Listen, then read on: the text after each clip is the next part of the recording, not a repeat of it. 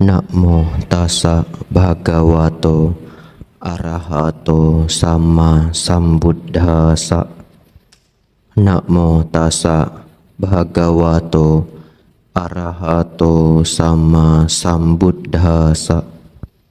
Namo tassa bhagavato arahato sama sambuddhassa. Kalena dhamma sakaca etang manggala muttamanti. Yang saya muliakan Buddha, Dhamma dan Sangha, yang termulia Kepala Wihara Bante Sangganayaka, Bante Subapanyo Mahatera, yang sangat saya hargai atas Silani Tirak Nandi, pimpinan Puja Bakti, Romo Ramani yang hadir baik online maupun offline, serta yang sangat berbahagia Bapak Ibu semua, selamat malam. Namo Buddhaya. Namo Buddhaya. Bapak Ibu Saudara, malam ini hari kedua SPD, sepertinya jumlah ibu-ibu bertambah ya. Mungkin juga jumlah bapak-bapaknya bertambah. Bapak Ibu Saudara, hari ini kita akan belajar, karena ini kelas Dhamma ya, hal-hal yang membuat hidup kita menjadi lebih indah. Dan Sang Buddha menjelaskan kepada kita bahwa pikiran adalah pelopor, pikiran adalah pencipta. Oleh karena itu, kita akan mulai dari hal-hal yang berhubungan dengan konsep berpikir kita. Atau dalam bahasa Dhamma dimulai dari pandangan benar. Jalan mulia berunsur 8, nomor satunya adalah pandangan benar. Bapak Ibu Saudara, kadang kita tidak tahu ya seberapa berharganya pandangan benar sampai kita melihat dulu yang salah. Betul ya? Kalau kita sudah melihat sebagaimana buruknya yang salah, kita jadi tahu betapa berharganya pandangan benar. Nanti ada videonya. Bapak Ibu Saudara, ini mohon maaf sedikit menyinggung suku sebenarnya. Di Indonesia ada satu suku, barangkali ada yang pernah mendengar. Namanya adalah suku Dani. Pernah mendengar suku Dani? Ada yang pernah, ada yang belum. Orang suku Dani ini, kalau ada keluarga yang meninggal, apakah ayah, apakah ibu, apakah saudara kandung, maka jarinya akan dipotong. Beneran jarinya dipotong. Jadi kalau ayah meninggal, satu jari dipotong. Ibu meninggal, satu jari dipotong. Kakak kandung meninggal, satu jari lagi dipotong.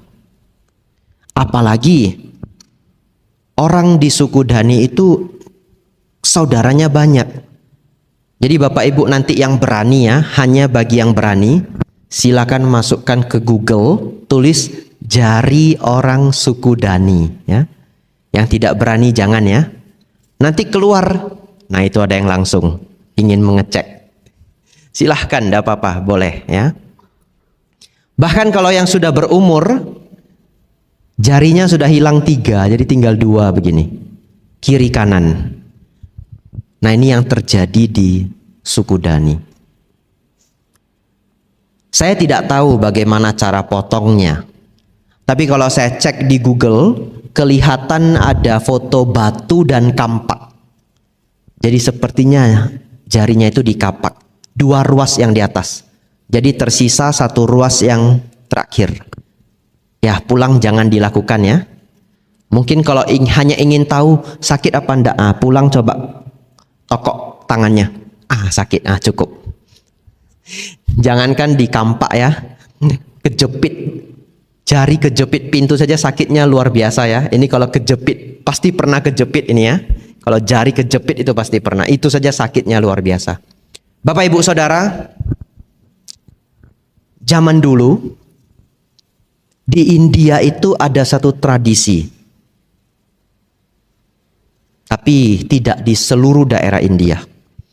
Di beberapa daerah India di zaman dulu. Ada satu tradisi yang mana kalau suaminya meninggal, istrinya hidup-hidup ikut dibakar. Istrinya hidup-hidup ikut dibakar. Ada yang rela? Tentu Bapak Ibu, ini bukan pandangan benar, betul ya? Bagaimana pandangan benar kalau yang meninggal saja yang dibakar, kenapa yang hidup ikut dibakar? Tapi demikianlah budaya. Ya, ketika sudah menjadi budaya, sudah menjadi tradisi, kadangkala di luar logika, kadangkala di luar manfaat. Oleh karena itu kita perlu belajar pandangan benar agar kita tidak terperangkap pandangan yang salah. Kenapa? Kalau kita sudah percaya pandangan yang salah itu sebagai benar, apalagi kita ambil itu sebagai budaya dan tradisi, kalau diprotes orang pun kita akan marah, betul ya? Yang namanya budaya, kalau kita protes orangnya akan marah. Itu dijadikan sebagai konsep yang benar. Padahal harusnya kalau suaminya meninggal, istrinya jangan ikut dibakar. Kenapa? Siapa yang jaga anak-anaknya? Ya toh? Nah, itu adalah satu budaya tradisi yang salah, tapi sudah ditinggalkan. Hari ini kita akan lihat satu tradisi lagi unik ya. Ini tolong jangan ditiru ya. Ini adalah tradisi, lihat dulu. Semoga videonya benar ya. Ini sebuah tradisi di India, daerah Gujarat ya. Jadi mereka percaya kalau anak bayi itu dilempar begitu ya, itu akan membawa keberuntungan untuk anak bayi tersebut. Coba saya ingin tanya. Kalau menurut kita tentu itu tidak benar ya. Buktinya kita se-Indonesia 270 juta jiwa, waktu kecil kita tidak dilempar ya. Ada yang waktu kecil dilempar? Nggak ada ya. Toh kita hidup biasa-biasa saja. Tapi kalau mereka sangat meyakini anak-anak yang dilempar nanti besarnya itu beruntung, besarnya itu lancar, sukses dan sebagainya. Ini salah satu contoh Bapak Ibu, ketika sebuah pandangan itu sudah masuk ke dalam keyakinan seseorang, kalau pandangan itu ternyata pandangan salah, bisa membawa penderitaan. Sesungguhnya praktek ini dilarang, sudah dilarang oleh Organisasi Hak Asasi Manusia Sedunia tahun 2011, tapi hanya berhasil dilarang 1 tahun. Tahun depannya mereka tetap ingin melakukan. Ya Bapak Ibu Saudara, ini contoh-contoh. Nah Bapak Ibu Saudara, hari ini kita akan belajar bagaimana mengembangkan pandangan yang benar. Yang pertama, saya akan ajak Bapak Ibu untuk tidak gampang percaya tabu-tabu. Ya. Jadi kalau Bapak Ibu di rumah, di keluarga, karena setiap suku, setiap daerah, setiap tempat itu punya keyakinan tabu-tabu yang berbeda, keyakinan pantang-pantang yang berbeda. Saya beri contoh. Orang Indonesia sangat takut kucing hitam yang hitam total, betul ya? Katanya kalau ketemu kucing hitam yang hitam semua itu bisa sial. Bahkan kalau di Medan, saya tidak tahu kalau di tempat lain, kalau orang lagi naik motor, kemudian ketemu kucing hitam lewat, mereka percaya jalur yang dilewati kucing hitam ini kita tidak boleh lewati. Kalau kita lewati, maka apa yang kita lakukan di hari itu bisa gagal.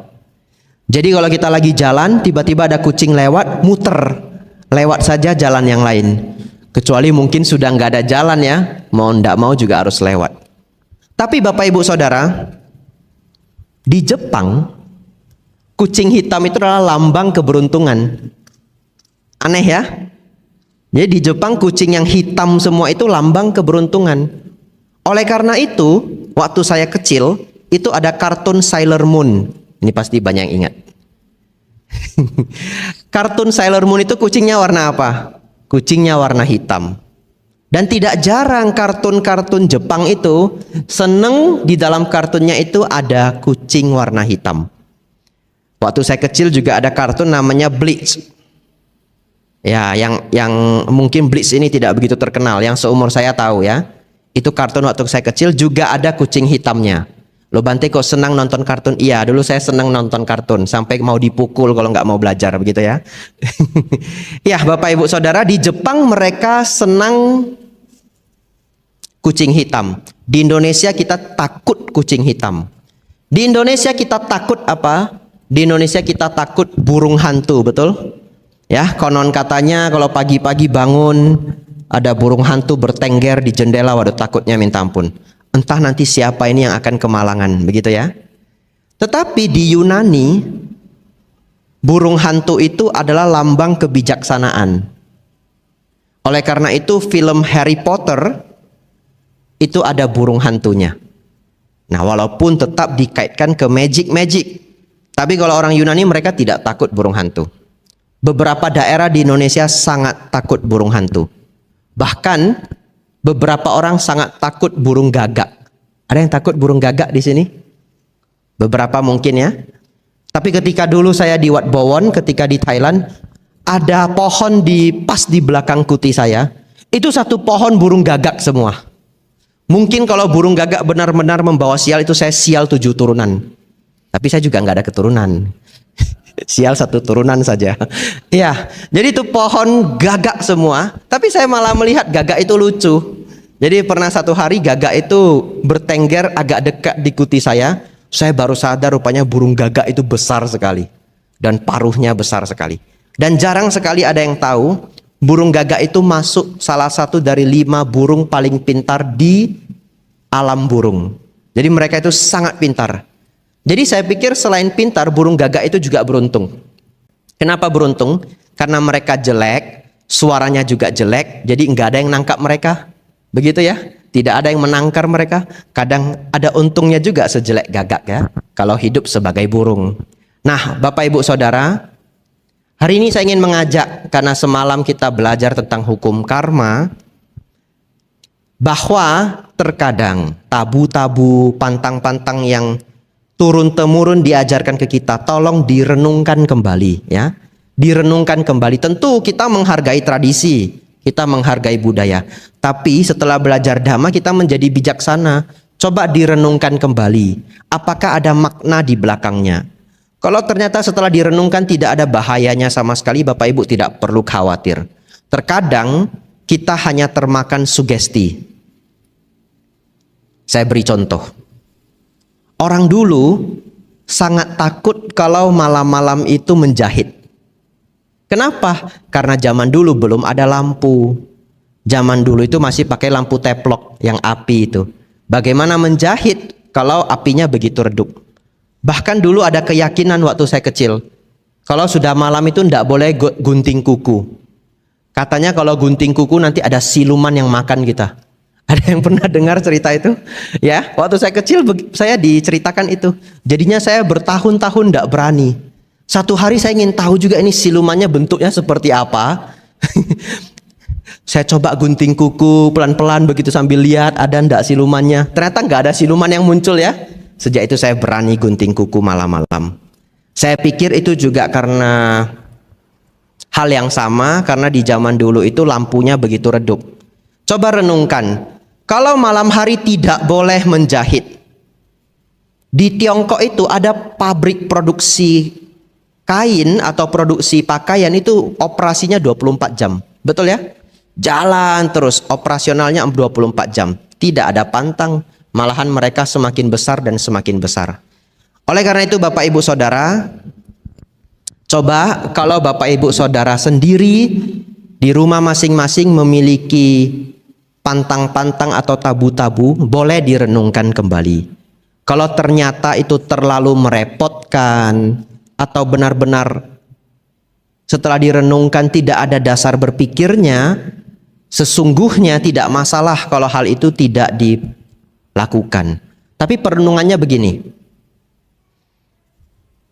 Perenungannya adalah sesuai tidak dengan hukum karma. Hukum karma itu teorinya sangat sederhana. Kalau sesuatu itu adalah baik dan bermanfaat bagi diri sendiri dan orang lain, maka akan membawa kebahagiaan.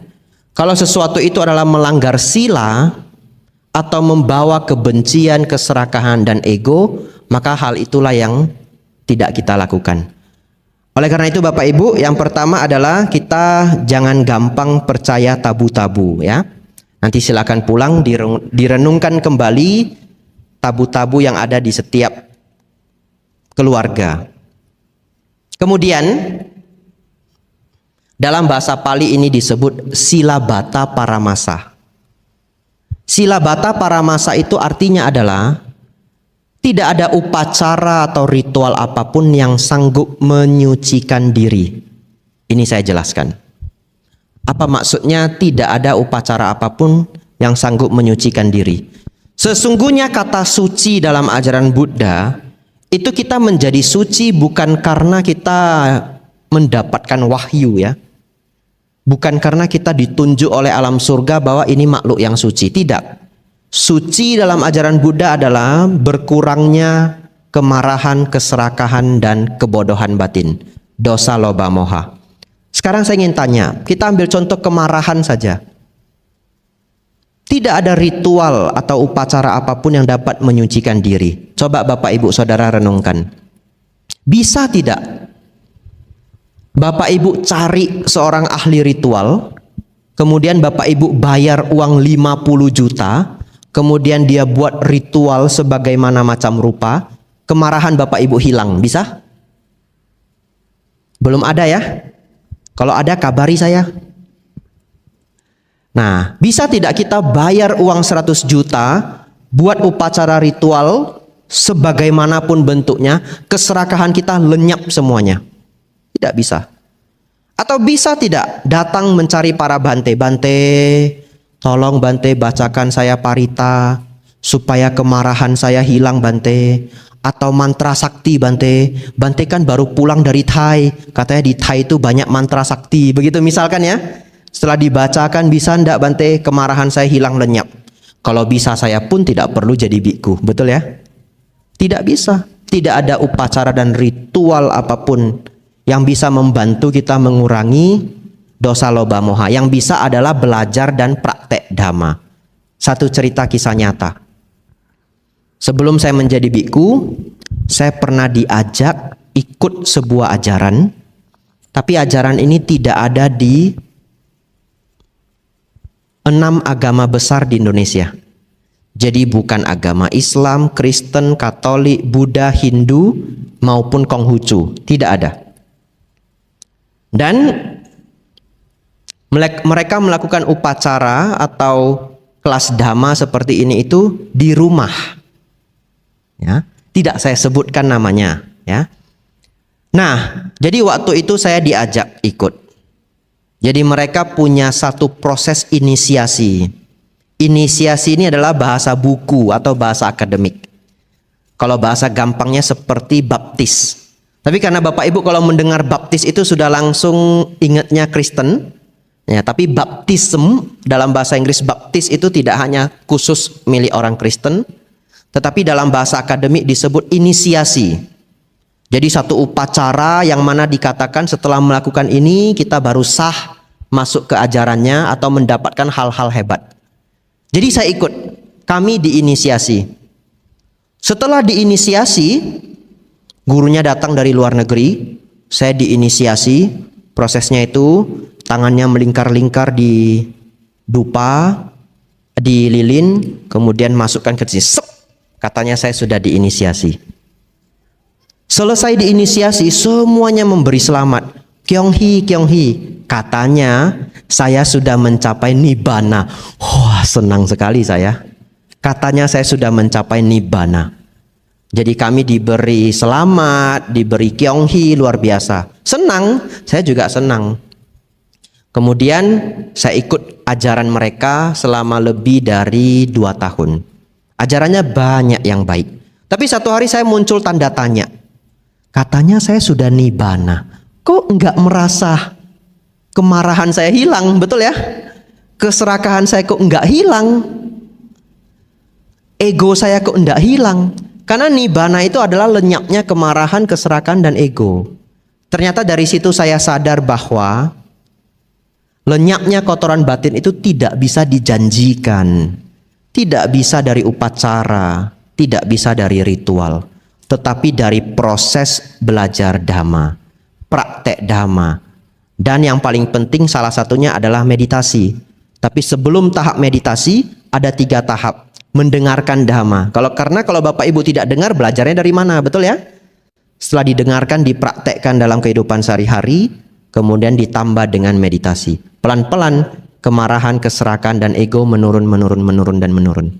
Nah, setelah saya 2 tahun lebih ikut pelajaran mereka, banyak yang positif, tapi banyak juga yang tidak sesuai. Saya akhirnya mulai tidak ikut. Kemudian saya mulai mencari ajaran Buddha yang sebenarnya itu seperti apa.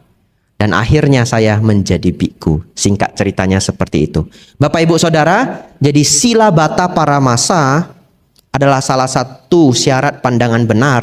Kita memahami bahwa tidak ada upacara dan ritual apapun yang dapat menyucikan diri. Lalu Bante, apa yang harus kita latih? Tadi kita cerita praktek dhamma ya. Nah, apa yang harus kita latih? Setelah pandangan benar, kita memunculkan pikiran benar. Pikiran benar itu dilandasi oleh, ini Bapak Ibu sudah sering dengar, tapi hari ini kita jelaskan supaya gampang membedakannya. Pikiran benar itu dilandasi oleh metta, karuna, mudita, dan upekha. Saya ingin tanya, apa bedanya metta dan karuna? Karena metta itu diterjemahkan sebagai cinta kasih, karuna belas kasih. Bedanya apa? Agak sulit kalau kita tidak pernah belajar cara membedakannya. Membedakannya sangat sederhana. Jadi ini mirip tapi berbeda. Metta artinya ingin orang lain bahagia. Ya, jadi sebuah tindakan agar makhluk lain berbahagia. Tanpa berpikir mereka itu sedang bahagia atau menderita. Kita tidak memikirkan hal itu. Kita hanya ingin agar makhluk lain bahagia. Contoh, Bapak Ibu Saudara misalkan masak makanan yang enak, bagikan ke tetangga. Tetangga Bapak Ibu juga tidak sedang menderita, betul ya? Tetapi Bapak Ibu bawa makanan yang enak ini, kemudian traktir berikan ke tetangga. Ini adalah metta. Sedangkan kalau karuna ingin membebaskan makhluk lain dari penderitaan.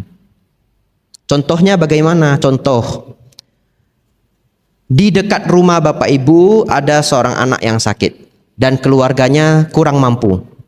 Jadi Bapak Ibu inisiatif, Bapak Ibu jenguk, kemudian berpikir, ayo kita patungan kongsi-kongsi bawa anak ini ke rumah sakit. Katakanlah biayanya 1 juta, Bapak Ibu kongsi-kongsi 12 orang. Nah, tindakan ini disebut karuna. Karena anak ini sedang menderita, Bapak Ibu ingin membebaskan anak ini dari penderitaan. Ini disebut karuna. Jadi kalau metta, tidak cerita orang ini sedang menderita atau bahagia. Karuna, orang ini sedang menderita dan kita ingin bantu agar penderitaannya hilang. Ini disebut karuna. Yang ketiga, mudita. Mudita itu adalah berbahagia ketika melihat orang lain bahagia. Kalau Bapak Ibu bisa berlatih seperti ini, maka sifat iri hati Bapak Ibu berkurang. Orang pada umumnya, sebenarnya bukan orang pada umumnya, tapi orang yang memiliki sifat iri hati, mereka punya sifat senang lihat orang susah, susah lihat orang senang, betul ya? Senang lihat orang susah, susah lihat orang senang, itu orang iri hati. Tapi kalau orang yang mudita, mereka senang melihat orang lain bahagia. Jadi kembangkanlah sifat ini. Dan ini adalah salah satu sifat para dewa. Jadi Bapak Ibu yang ingin lahir di alam surga, kembangkanlah mudita. Kenapa? Karena di surga itu semua orang bahagia. Bayangkan kalau Bapak Ibu punya sifat iri hati, nanti sebegitu lahir di surga, wah, istana saya besar sekali. Tapi begitu buka pintu lihat orang sebelah, lah tetangga saya istananya lebih besar, begitu ya. Muncul sifat iri hati, tidak akan mungkin. Seorang yang terlahir di alam surga itu memiliki sifat mudita. Bahagia melihat orang lain bahagia. Yang keempat adalah UPK. UPK ini sifat tenang seimbang. Dalam kehidupan sehari-hari, prakteknya adalah orang yang memiliki UPK dipuji tidak terbang, dicela tidak terluka. Jadi kalau Bapak Ibu punya sifat UPK, ketika dipuji orang, Bapak Ibu tidak terlalu senang, tapi ketika dicela orang, Bapak Ibu tenang seimbang. Selain itu, untuk menjadi orang baik ya, Bapak Ibu perlu sifat UPK. Karena tidak jarang saya ketemu orang saking baiknya, kalau dia melihat orang lain menderita dan dia tidak bisa menolong, dia sendiri ikut menderita. Ngerti maksudnya ya? Kadang kita bertemu teman, saudara, mungkin dia sakit kanker, atau mungkin dia sakit yang agak berat, biayanya mahal, harus habis ratusan juta. Bapak Ibu Saudara ingin bantu tapi biayanya terlalu besar, kita juga tidak sanggup. Di sana kita butuh untuk UPK. Tenang seimbang, tidak ikut menderita walaupun makhluk lain menderita. Kita membantu sesanggup kita. Tapi bagaimana membayangkan praktek UPK ini? Bayangkanlah seorang dokter. Dokter itu perlu UPK. Kenapa? Bapak Ibu bayangkan. Kalau Bapak Ibu sakit datang ke dokter, dokternya apakah ikut menderita? Kalau dokternya ikut menderita, dia nggak bisa ngobati. Jadi ada pasien yang datang sakit perut, kemudian dokter saya sakit perut, sakit sekali di sini. Lalu dokternya ikut menangis, kan tidak mungkin ya. Dokternya hanya mengobati, tapi dia tidak ikut sedih. Dia mengobati. Jadi Bapak Ibu juga perlu belajar UPK, bantulah orang, tapi belajar untuk tidak ikut menderita atas penderitaannya. Jadi Bapak Ibu boleh mudita, boleh ikut bahagia dengan kebahagiaan orang lain, tapi tidak perlu ikut menderita atas penderitaan orang lain. Tapi kalau kita melihat orang lain menderita, kita cukup mengembangkan kebijaksanaan, kita tahu orang ini menderita, patut untuk ditolong.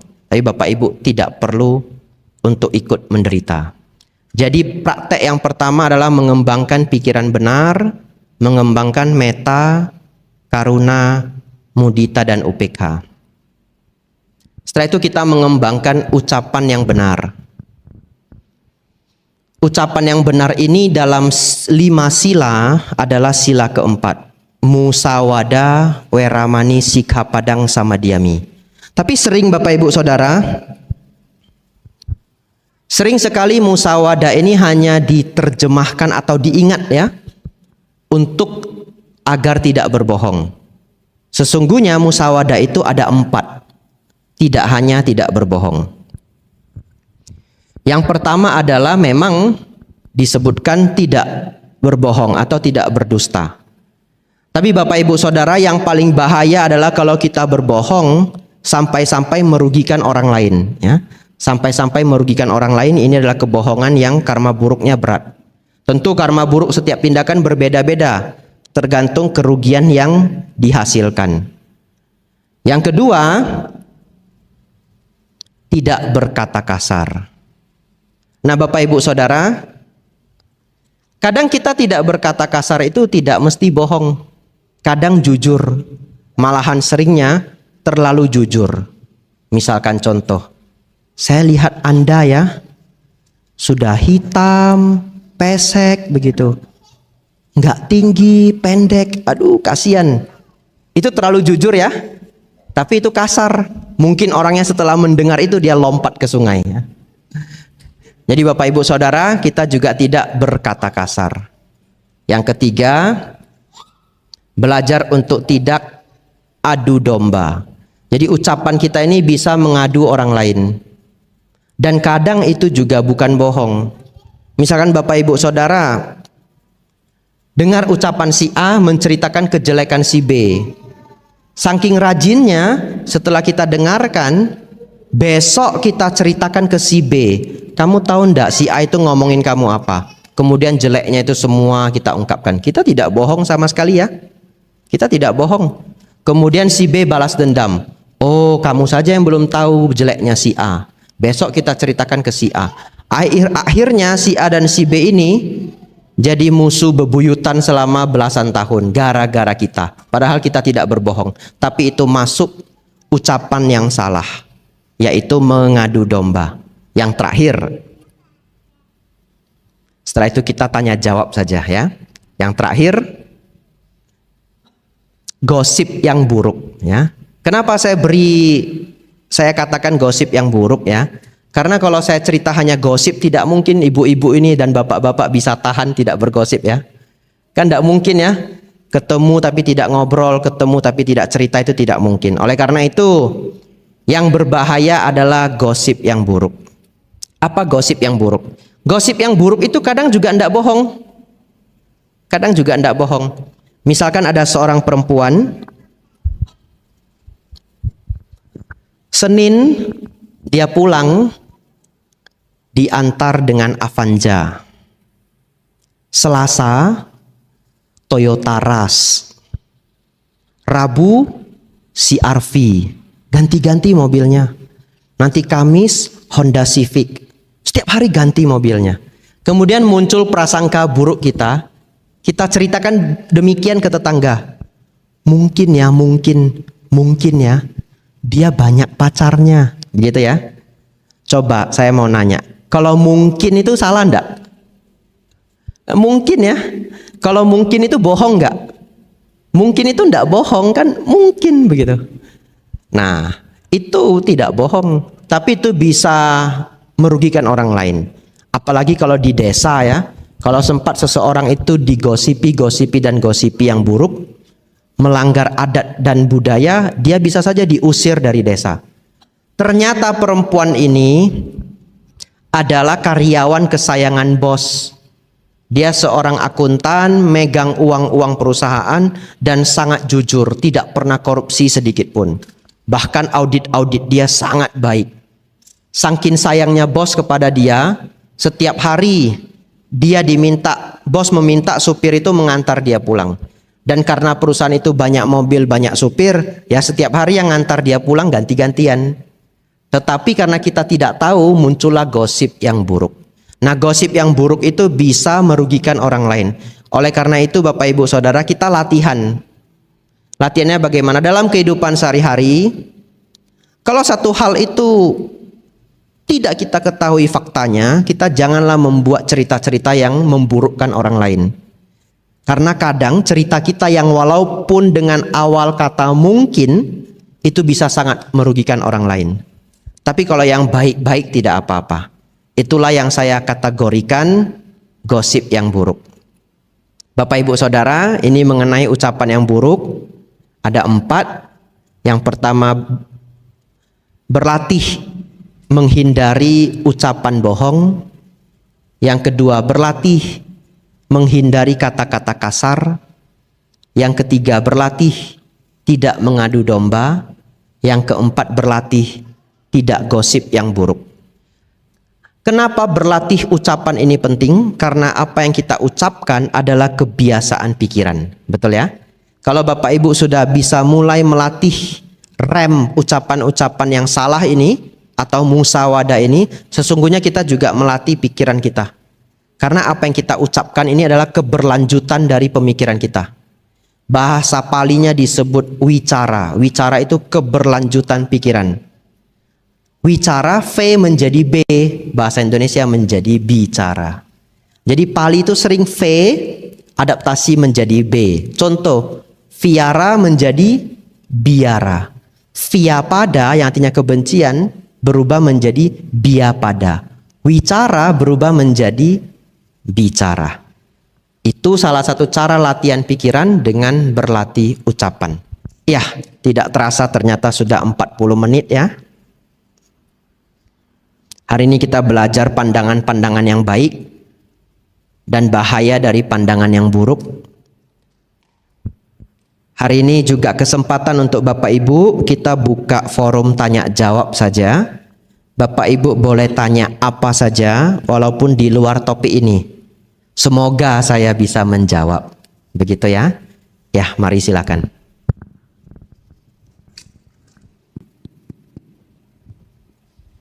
Namo Buddhaya Bante. Saya mau nanya yang kemarin Bante, Iya, boleh silakan. yang cerita yang nomor 2 James.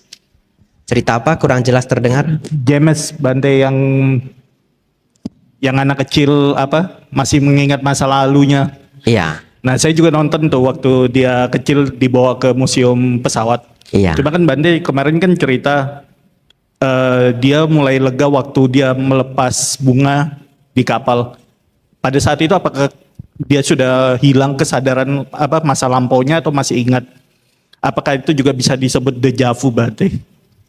Itu aja. Dan satu lagi Bante, pada saat dia masih mengingat itu waktu dia meninggal, apakah yang terjadi Bante sampai dia bisa mengingat detail kematiannya dia? Terima kasih Bante. Kalau anak ini mengaku ya bahwa dia mengingat kehidupan lampaunya dengan baik, maka ketika dia melepas bunga itu dia masih ingat. Dia benar-benar masih ingat banyak bagian dari kehidupan James Houston atau kehidupan tentara itu ya. Jadi setelah dia melempar bunga pun ya ingatan itu tidak hilang. Nah, pertanyaan mengenai bagaimana anak ini bisa mengingat kehidupan lampaunya. Kalau dalam teori Dhamma, orang yang mampu mengingat kehidupan lampaunya pernah berlatih meditasi. Jadi ada kemungkinan ya, ada kemungkinan anak ini di kehidupan sebelumnya yang mungkin lebih jauh dari kehidupan dia menjadi tentara, dia pernah berlatih meditasi. Nah, orang yang pernah berlatih meditasi di kehidupan lampau memiliki potensi untuk mengingat kehidupan-kehidupan. Kenapa? Karena pikiran mereka punya konsentrasi yang lebih tinggi. Nah, itu yang bisa kita ambil kesimpulan dalam pemahaman Dhamma. Lebih kurang begitu. Ya. Ada pertanyaan lain silakan.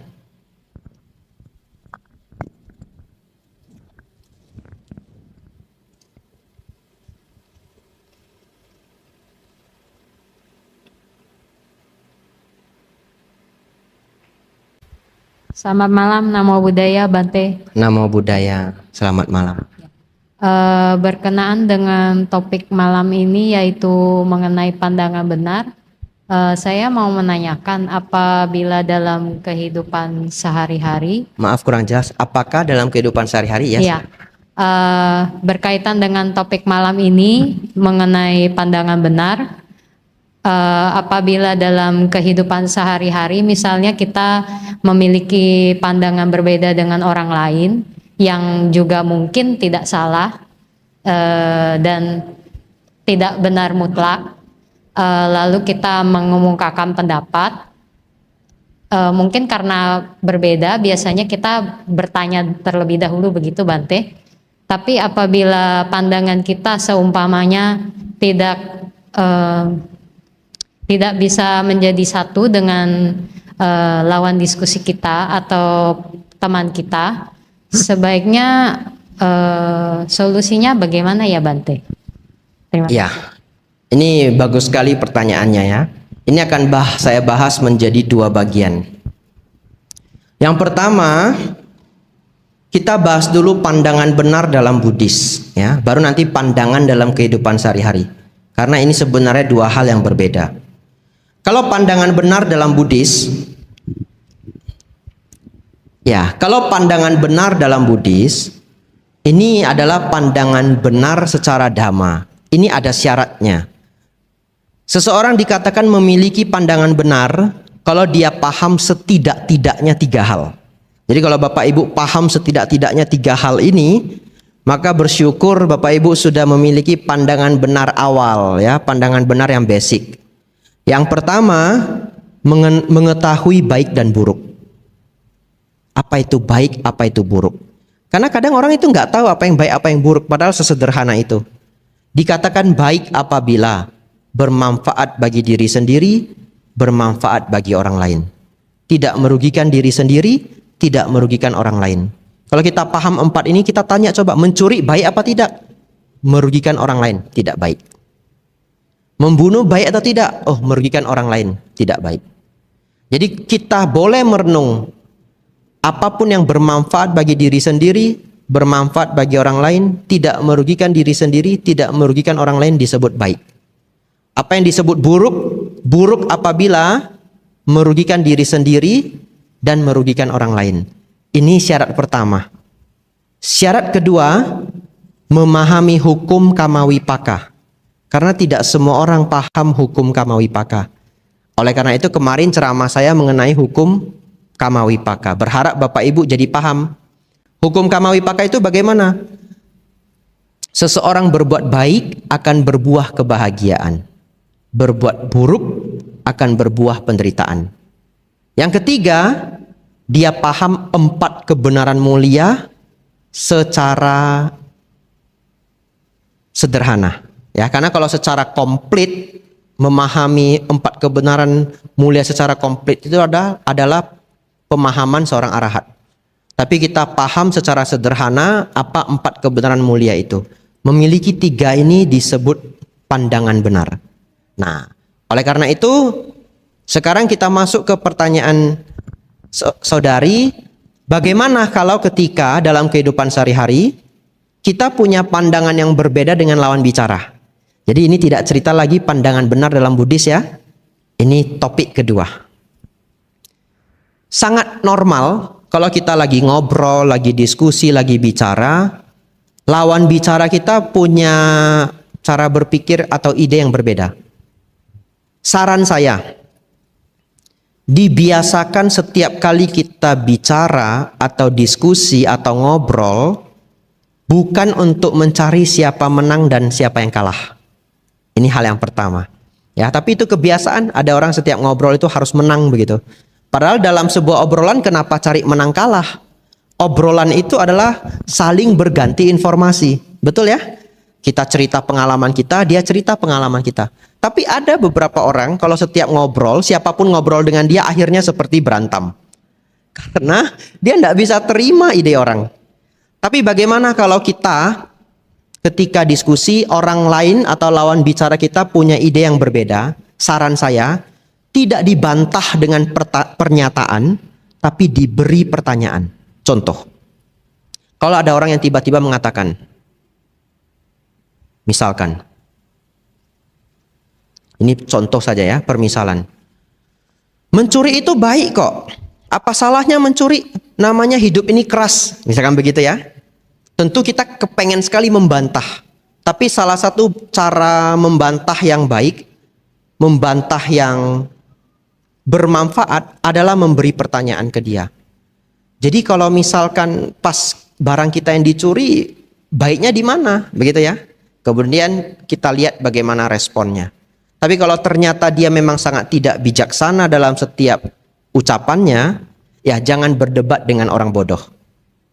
Ya, jangan berdebat dengan orang bodoh. Iya saja lalu pergi, atau diam saja lalu pergi.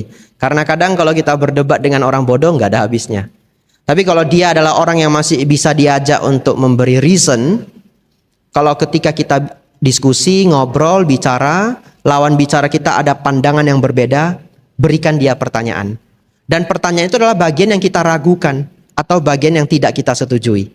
Beri dalam bentuk pertanyaan. Bahkan ini juga sangat bagus kalau kita sebagai pemimpin, kemudian kita punya ide A, tapi anggota kita punya ide B. Tapi kita nggak setuju dengan ide B ini, karena bagi kita itu sangat menguras biaya. Misalkan begitu ya. Jadi rencana atau ide yang dia berikan itu sangat menguras biaya. Kita tanya dia, kalau rencana Anda seperti ini setahu saya, ini biayanya bisa membludak 30%. Anda punya solusi apa? Jadi itu adalah sebuah pertanyaan. Dengan kita membantah orang, sebenarnya bukan membantah karena ada bagian yang tidak kita setujui, tapi kita beri dalam bentuk pertanyaan. Di situ kalau ternyata kita yang salah, kita tidak terlihat bodoh. Malahan kita mendapatkan informasi. Tapi kalau dalam forum kita langsung bilang Anda salah, itu nggak bisa, itu nggak mungkin bisa. Ternyata dia membuktikan bahwa itu yang benar, di sana kita akan malu. Jadi cara yang paling baik, kembali lagi ke pertanyaannya, kalau lawan bicara kita pandangan yang berbeda, bertanya. Berilah pertanyaan agar kita mendapatkan pengetahuan. Kalau memang dia benar. Kalau memang dia salah, dia akan sadar. Setelah kita beri pertanyaan dia, iya ya, lebih boros ya 30%, iya ya. Dia akan sadar. Kira-kira seperti itu ya. Ya, anumodana pertanyaannya. Ada lagi pertanyaan lain, silahkan. Permisi Bante, izin menyampaikan pertanyaan, membacakan pertanyaan di kolom live chat. Ini dari Ibu Sriana. Mohon izin untuk bertanya, jika dalam pikiran jahat timbul, tapi segera disadari dan tidak sempat diwujudkan dalam ucapan dan perbuatan, apakah ini juga termasuk kama buruk? Anumodana Bante. Ya, jika pikiran buruk muncul ya, tapi tidak sempat terucap atau dilakukan ya, apakah itu karma buruk?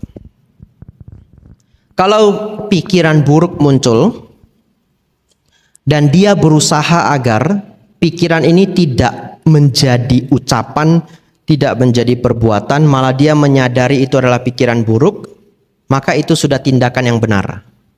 Itu disebut sama wayama dalam bahasa Pali atau usaha benar. Sama wayama dalam usaha benar, dalam bahasa Pali usaha benar artinya adalah 4 hal. Mengusahakan pikiran buruk yang belum muncul untuk tidak muncul. Pikiran buruk yang sudah muncul diusahakan menjadi lenyap. Ya, berarti ini masuk ke yang ibu itu ceritakan. Yang ketiga, pikiran baik yang belum muncul diusahakan untuk muncul. Yang keempat, pikiran baik yang telah muncul dikembangkan. Ini disebut sama wayama.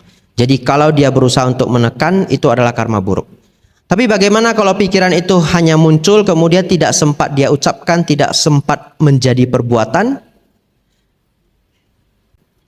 Itu bisa jadi sedikit karma buruk. Kenapa saya katakan sedikit karma buruk ya? Karma buruk itu akhirnya akan berbuah. Berbuah menjadi apa? Hati yang gelisah. Ya, pikiran buruk muncul walaupun tidak kita ucapkan, tidak kita buat, tapi sudah muncul, efek selanjutnya adalah kegelisahan. Ya, jadi pikiran yang buruk itu adalah kamanya, kegelisahan itu adalah wipakanya. Tapi hanya sekedar selesai di sana. Karena dia tidak manifestasikan sebagai ucapan maupun perbuatan. Sedikit tambahan yang sangat baik. Di dalam Sutta, Bante Sariputta pernah menjelaskan, ada 4 jenis manusia seperti halnya panci. Yang pertama, panci yang kotor tidak tahu dirinya kotor. Yang kedua, panci yang kotor tahu dirinya kotor. Yang ketiga, panci yang bersih tidak tahu dirinya bersih. Yang keempat, panci yang bersih tahu dirinya bersih. Kemudian Bante Sariputta bertanya, panci mana yang terbaik dan panci mana yang buruk? Kemudian beliau menjelaskan bahwa panci yang baik itu ada 2. Yang terbaik adalah panci yang bersih, tahu dirinya bersih. Yang kedua adalah panci yang kotor, tahu dirinya kotor. Kenapa demikian? Beliau menjelaskan. Nah, Bante Sariputta ini yang sebelah kanan ya. Jadi kalau ada 2 biku di Rupang Buddha, sebelah kanan adalah Bante Sariputta, sebelah kiri adalah Bante Moggallana. Tapi wajahnya mirip. Supaya produksinya lebih murah. Bapak Ibu Saudara, beliau menjelaskan, karena yang terbaik adalah panci yang bersih, tahu dirinya bersih. Dengan mengetahui dirinya bersih, dia tidak jatuh menjadi panci yang kotor. Sedangkan panci yang bersih tidak tahu dirinya bersih adalah panci yang tidak paham bersih dan kotor. Satu hari dia bisa jatuh menjadi panci yang kotor. Panci yang kotor tapi tahu dirinya kotor, memahami konsep kotor dan bersih. Satu hari dia akan berusaha menjadi panci yang bersih. Tapi panci yang kotor tidak tahu dirinya kotor, itulah yang terburuk. Sudah dia panci yang kotor, dia juga tidak tahu masalah apa yang ada dalam dirinya. Jadi perumpamaan ini memang agak rumit, nanti boleh direnungkan di rumah. Kalau seseorang mengetahui dirinya masih punya pikiran buruk, masih punya kemarahan, keserakahan, tapi dia tahu bahwa itu adalah hal yang tidak baik, itu sudah hal yang baik. Kemudian pelan-pelan dia kembangkan untuk dikurangi, dan dikurangi. Ya, untuk pertanyaan selanjutnya silahkan.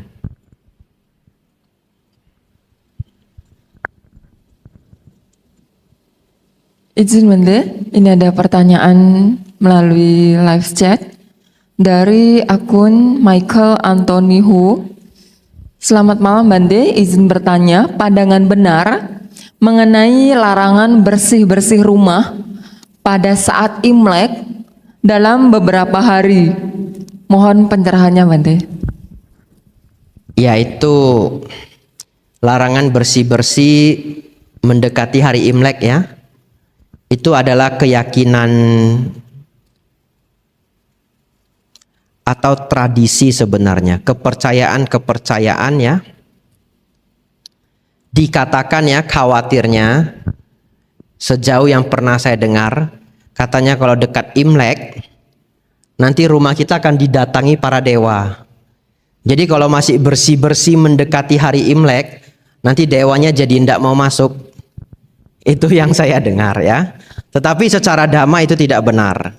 Seorang dewa itu akan senang mengunjungi manusia kalau manusia itu memiliki sila yang baik.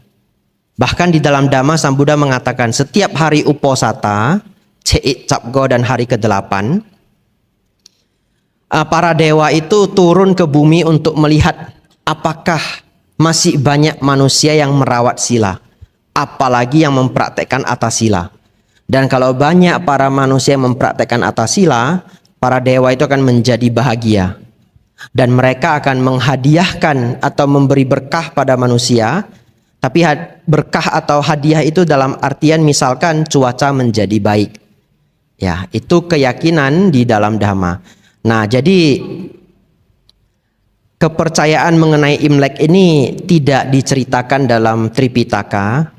Tetapi saya pikir itu juga ada fondasi berpikirnya agar orang itu rajin jauh-jauh hari sebelum Imlek rumahnya sudah mulai dibersihkan. Jadi 1 hari 2 hari sebelum Imlek rumahnya sudah bersih sekali. Karena kalau sistem kebut semalam, waduh gawat. Besok mau ceit baru hari ini sistem kebut semalam. Jadi saya pikir keyakinan itu ada baiknya agar jauh-jauh hari kita sudah mulai membersihkan rumah. Ya, anumodana untuk pertanyaannya.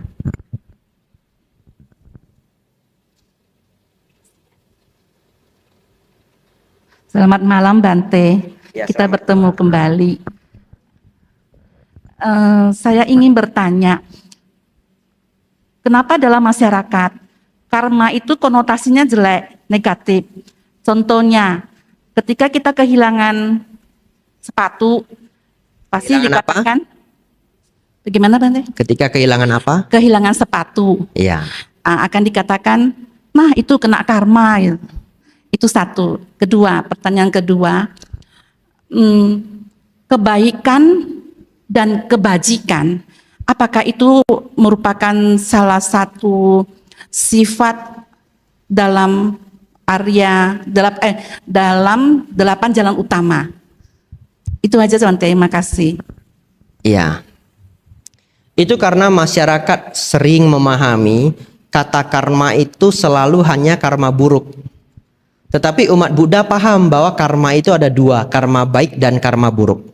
Tapi masyarakat yang bukan Buddhis, bahkan beberapa yang Buddhis yang tidak pernah belajar Dhamma, sebegitu dengar kata karma, yang mereka pahami hanya karma buruk. Oleh karena itu kalau sepatu kita hilang, kita langsung dikasih tahu bahwa Anda sudah kena karma, artinya karma buruk Anda berbuah. Tapi karena konsep masyarakat karma itu semua adalah yang buruk. Bahkan kalau kita ketik kata karma di Google, kemudian pindah ke image, munculnya itu apa? Munculnya adalah semoga karma menampar dirimu. Misalkan begitu. Ya nanti coba. Tulis kata karma, ubah ke image. Kalau yang versi bahasa Inggris, nanti kalimatnya adalah kalau Anda dijahati seseorang, sabarlah saja. Karma akan menampar dirinya. Dan kalau Anda beruntung, Anda akan melihatnya. Kira-kira begitu ya. Nah, itu adalah konsep yang salah. Jadi bukan hanya masyarakat Indonesia, itu masyarakat sedunia itu salah. Tidak salah tapi tidak lengkap memahami hukum karma. Ya, tidak masalah juga ya, karena bahasa masyarakat itu kan tidak bisa kita atur ya. Selama kita paham oh itu adalah karma dalam pemahaman masyarakat. Tapi dalam pemahaman umat Buddha yang belajar Dhamma, karma itu karma baik dan karma buruk. Ya, tidak masalah. Bahasa itu berkembang, tidak bisa kita larang. Pertanyaan kedua tadi adalah mengenai apakah kebaikan dan kebajikan itu bagian dari jalan mulia berunsur 8? Ya pasti, ya. Karena jalan mulia berunsur 8 itu mengembangkan pandangan yang benar, pikiran yang benar, ucapan yang benar, perbuatan yang benar, dan yang benar-benar itu semua dilandasi oleh metta, karuna, mudita. Jadi metta, karuna, dan mudita itu adalah kebaikan. Ya, berpraktek metta, praktek karuna, praktek mudita itu adalah kebaikan. Ya, karena tadi kita belajarnya versi bahasa Pali, ya, jadi tidak kelihatan jelas bahwa itu adalah kebaikan. Tapi kalau direnungkan, cinta kasih, belas kasih, kemudian apresiasi, ya, mudita itu kalau diterjemahkan di buku bahasa Inggris appreciation, ya, apresiasi itu adalah bagian dari kebaikan.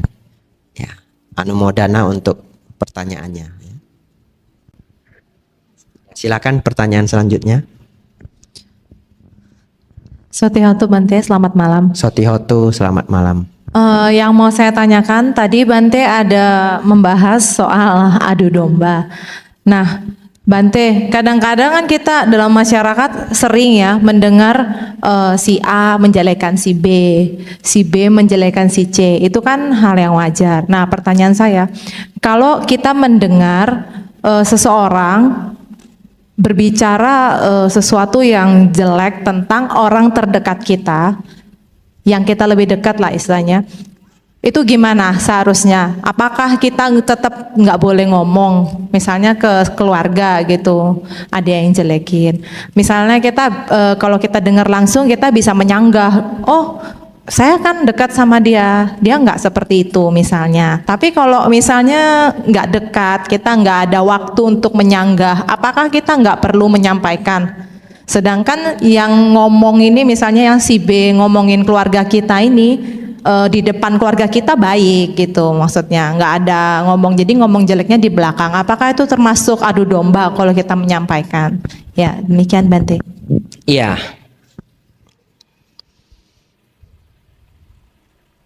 Jadi Sang Buddha pernah memberi nasihat ya mengenai bagaimana ketika kita dijelek-jeleki, itu bagaimana cara kita merespon. Ya, Sang Buddha memberi nasihat, renungkanlah, kalau kritik itu adalah benar, maka kita ambil agar kita bisa berubah. Ya. Tapi kalau kritik itu ternyata tidak benar, kita katakanlah bahwa kritik itu tidak benar. Dalam artian tanpa perlu menjadi marah. Ya, walaupun praktek ini sulit ya dalam kehidupan sehari-hari. Kita dijelek-jeleki. Dijelek-jeleki itu adalah kritikan terkadang. Ya, kadang juga bisa ejekan. Tapi kadang tidak ada salahnya ya. Mungkin ketika batin kita panas, kita nggak usah berpikir dulu. Nanti kalau batinnya sudah reda panasnya, kita renungkan. Yang dia jelek-jelekkan benar enggak? Kalau benar, Kadang itu bagus juga untuk membawa perubahan pada diri kita atau bahkan keluarga kita. Kadang orang menjelekkan keluarga kita, mohon maaf ya. Kadang itu bisa benar loh. Ya, walaupun emosi ya dengarnya ya, tapi pulang-pulang ya benar juga sih yang dia ucapkan. Ya gimana ya berubahnya? Kemudian kita cari cara bagaimana mengubah. Misalkan adik kita bandel gitu, kemudian ada yang menjelek-jelekkan adik kita. Kadang mungkin itu benar. Ya, setelah kita renungkan, pulang kita cari cara bagaimana mengurangi kejelekan adik kita. Tapi kalau ternyata itu tidak benar, kritikan itu, Sang Buddha menyarankan agar kita ucapkan saja atau kita beritahu saja bahwa itu tidaklah benar. Kita boleh berikan fakta-fakta yang benar itu seperti apa, tanpa perlu menjadi marah. Ya. Bagaimana caranya Bante agar tanpa perlu menjadi marah? Ya latihan ya, itu latihan masing-masing. Tapi kalau Bapak Ibu menjadi marah sebenarnya kita rugi, karena kan kita nggak bisa kontrol mulutnya orang, betul ya? Ya, jadi latihan saja agar tidak gampang menjadi marah oleh karena ucapan orang. Nah, bagaimana kalau ternyata orang itu bermuka dua, baik di depan tapi ternyata buruk di belakang? Itu tidak ada salahnya. Kita beritahu keluarga kita perlu hati-hati orang ini bermuka dua. Dengan harapan, dengan tujuan cetana kita baik. Agar keluarga kita tidak jatuh dalam tipu muslihatnya. Jadi dalam kehidupan sehari-hari tentu kita perlu menggunakan kebijaksanaan. Ya, seperti itu ya Anumodana pertanyaannya. Silakan.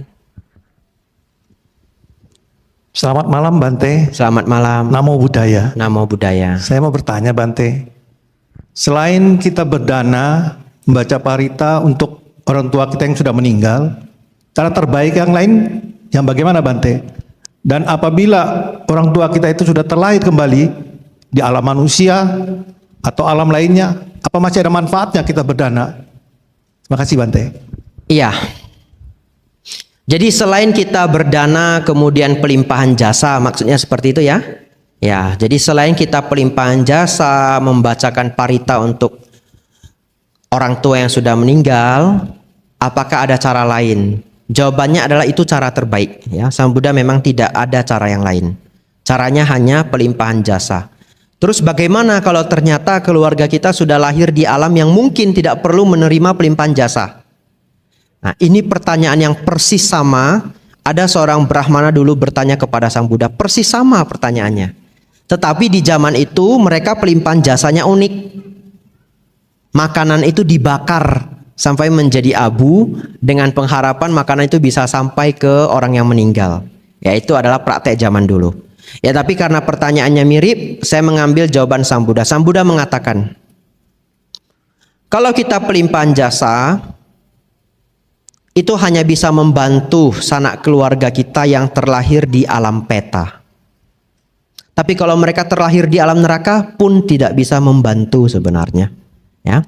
Kalau mereka terlahir di alam binatang pun tidak bisa membantu sebenarnya.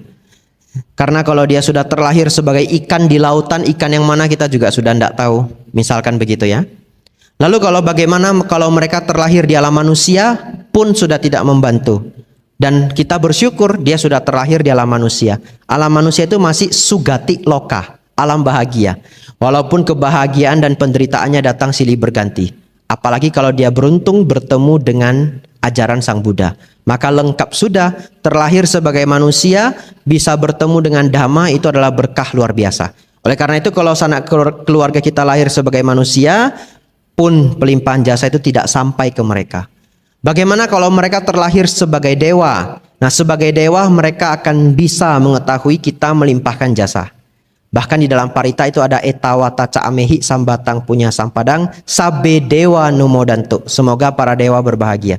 Jadi kita bisa pelimpahan jasa ke para dewa, tapi mereka sesungguhnya tidak diberi pelimpahan jasa pun mereka sudah happy luar biasa, betul ya? Tetapi itu membuat mereka semakin senang karena ada keluarga yang masih ingat kepada mereka. Tetapi Sang Buddha melanjutkan, kalaupun kita melakukan pelimpahan jasa setelah berdana, kita melimpahkan jasa untuk sanak keluarga, kalaupun mereka tidak bisa menerima, dana itu kita sendiri yang menerima. Betul ya? Karena berbuat baik itu tetap ada karma baiknya. Jadi kalau kita limpahkan kemudian sudah tidak terkondisi untuk sampai ke sanak keluarga yang meninggal itu, kebajikan yang dilakukan ini pun tidak sia-sia sama sekali, kita sendiri yang mendapatkannya. Itu jawaban dari Sang Buddha. Memang saya mengetahui. Terus Bante, kalau sanak keluarga saya sudah terlahir di neraka, kok enggak bisa bantu? Ya mau bagaimana lagi? Itu adalah konsekuensi dari perbuatan buruk dia sendiri. Itu mirip dengan kalau misalkan keluarga kita sendiri membunuh seorang pria, kemudian dia dipenjara. Bagaimana kita bantu dia bebas, sedangkan kita tahu dia juga melakukan kejahatan. Ya, di sana kita hanya bisa UPK saja. Oleh karena itu praktek UPK itu kadang diperlukan. Tetapi saya juga menyarankan kita juga tidak selalu negatif thinking ya. Berpikir, karena sering orang berpikir kalau sanak keluarganya meninggal pasti jatuh ke alam rendah. Ya, tidak selalu seperti itu. Karena ada 31 alam di alam eksistensi ini. Ya, anumodana untuk pertanyaannya.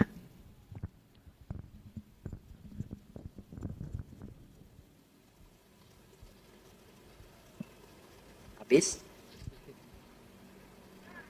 Ya, mohon izin Bante. Ini ada keterkaitannya dengan apa yang disampaikan oleh Bante terkait tentang orang meninggal. Dan ini ada salah satu pertanyaan, sebenarnya beberapa waktu yang lalu. Namun karena ini ada keterkaitannya dan mohon izin untuk menyampaikan. Dan semoga yang menyimak di kanal YouTube bisa tercerahkan. Pertanyaannya, Bante, waktu mama saya meninggal, saya berusaha tidak menangis, takut melekat, tetapi saudara yang non-Buddhis mengatakan saya tidak sayang mama, saya seperti anak durhaka. Jadi bagaimana cara untuk menyikapi tentang kondisi demikian? Terima kasih, Bante. Ya. Memang di dunia ini kita tidak bisa mengontrol pikiran orang lain ya. Orang lain mau berpikir apa mengenai kita itu tidak bisa kita kontrol. Tapi selama kita tahu apa yang kita lakukan itu niatnya baik, bukan niat yang buruk, maka hal itu sudah baik. Dia berusaha untuk tidak menangis ya.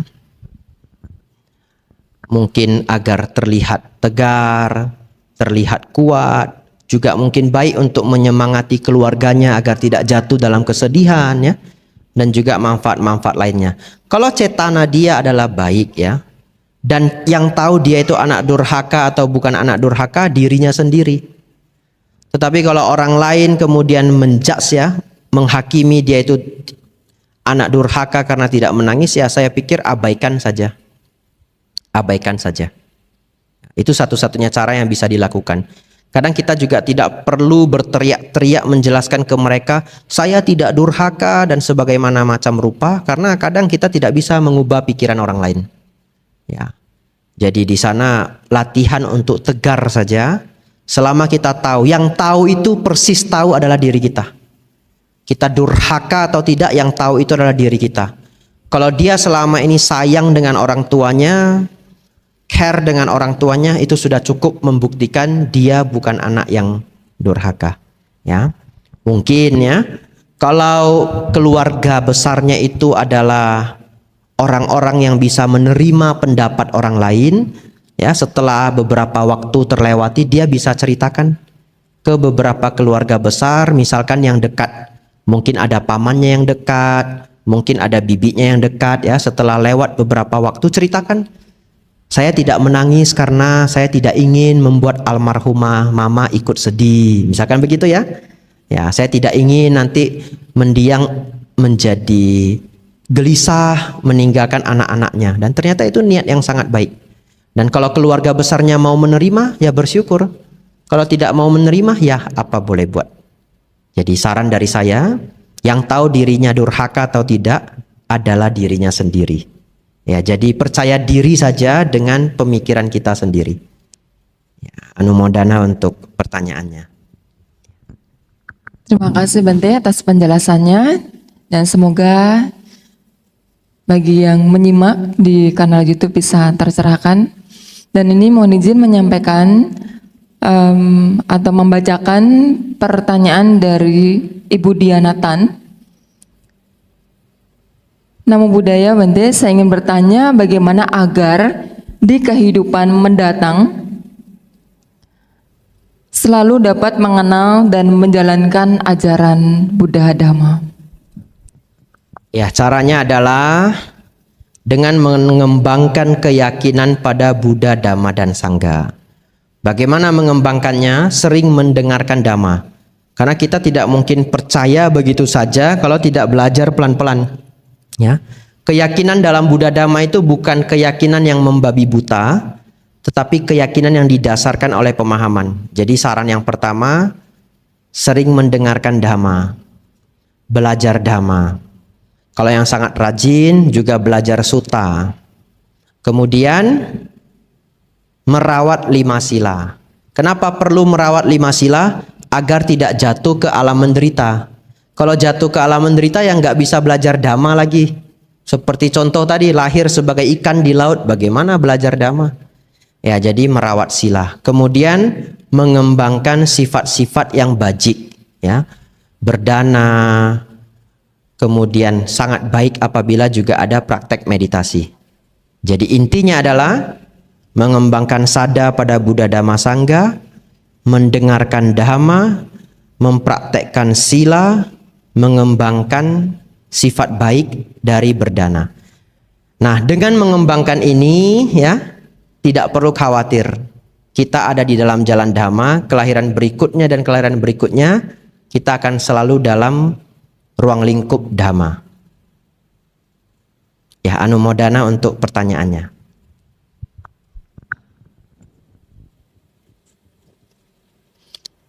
Terima kasih Bante.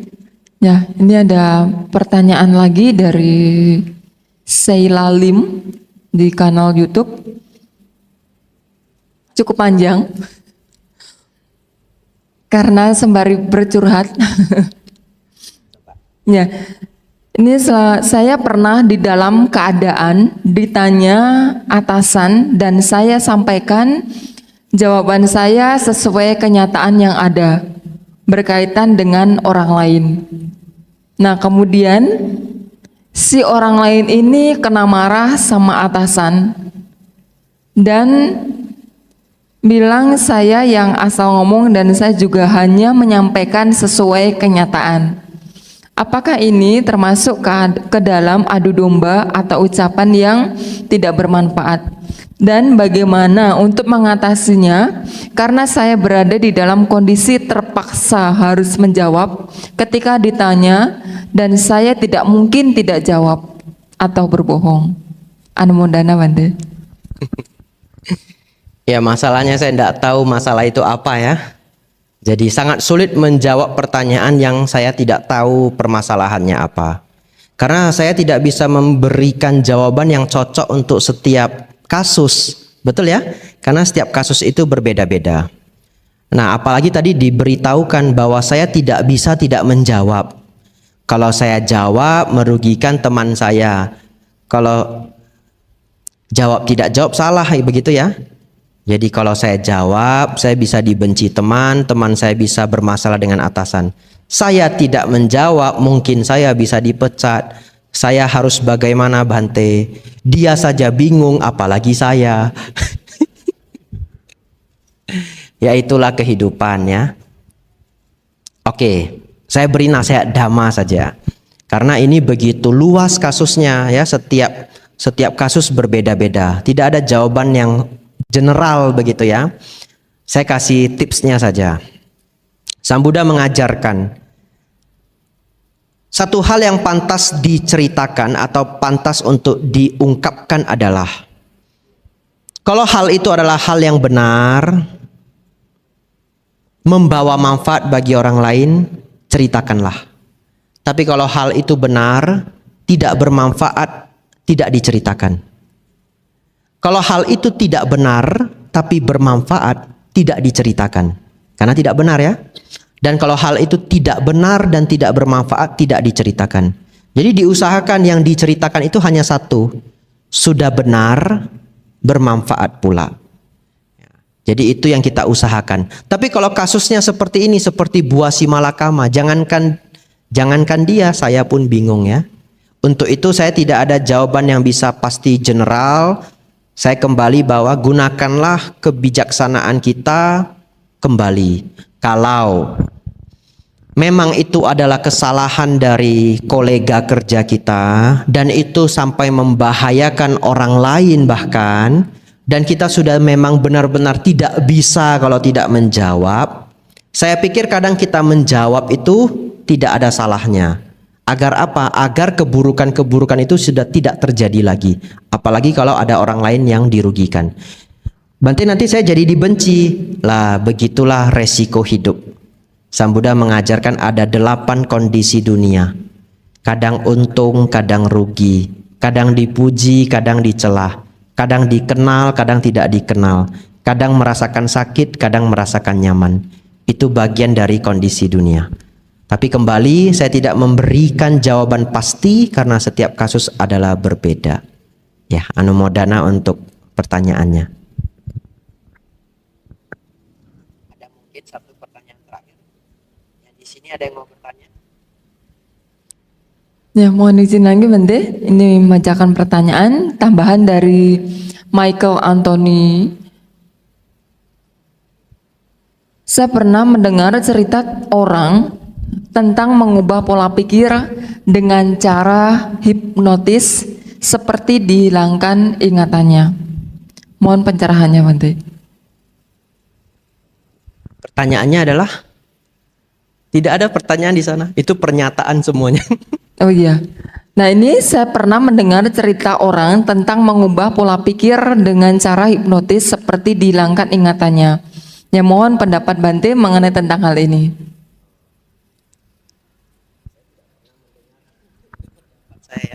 Ya, pendapat saya belum pernah mendengar itu ya. Tapi bagaimana cara menghilangkan pikiran orang? Tidak tahu juga, apakah dipukul kepalanya atau diberi obat begitu ya. Ya, kalau lihat di film-film sih ada ya. Tapi yang kenyataan saya sendiri belum ketemu. Memang pernah teman saya dulu waktu saya SMP, dia ikut pertandingan basket seru sekali. Tiba-tiba karena lawannya sudah kalah, mereka curang. Pas mau steal bolanya itu sengaja dia tinju teman saya. Tidak tahu sengaja atau tidak sengaja ya, tapi seperti terpukul begitu. Kemudian teman saya jatuh dan anehnya teman saya lupa kejadian 1 hari itu. Blank. 1 hari hilang semua. Ya, jadi manusia memang bisa hilang ingatan. Mungkin kalau terbentur atau salah makan racun begitu ya, termakan racun atau salah makan obat. Tetapi mengenai menghipnotis seseorang agar dia lupa ingatan semuanya, kemudian dia dicuci otaknya, saya belum pernah dengar. Tetapi kasus di mana anak kecil itu diculik kemudian dicuci otak, saya pernah mendengar. Jadi ada kasus satu keluarga, mereka punya anak 2, kakak adik, tiba-tiba 2 anaknya ini hilang selama 7 bulan, dan anaknya sudah cukup dewasa, mungkin sekitar SD kelas 6 dan SMP kelas 1. Hilang 7 bulan. Sekembali anaknya jadi aneh, mungkin diajari ajaran-ajaran yang aneh. Kemudian sekembali di rumah, anaknya jadi aneh, anaknya jadi tidak sayang orang tuanya.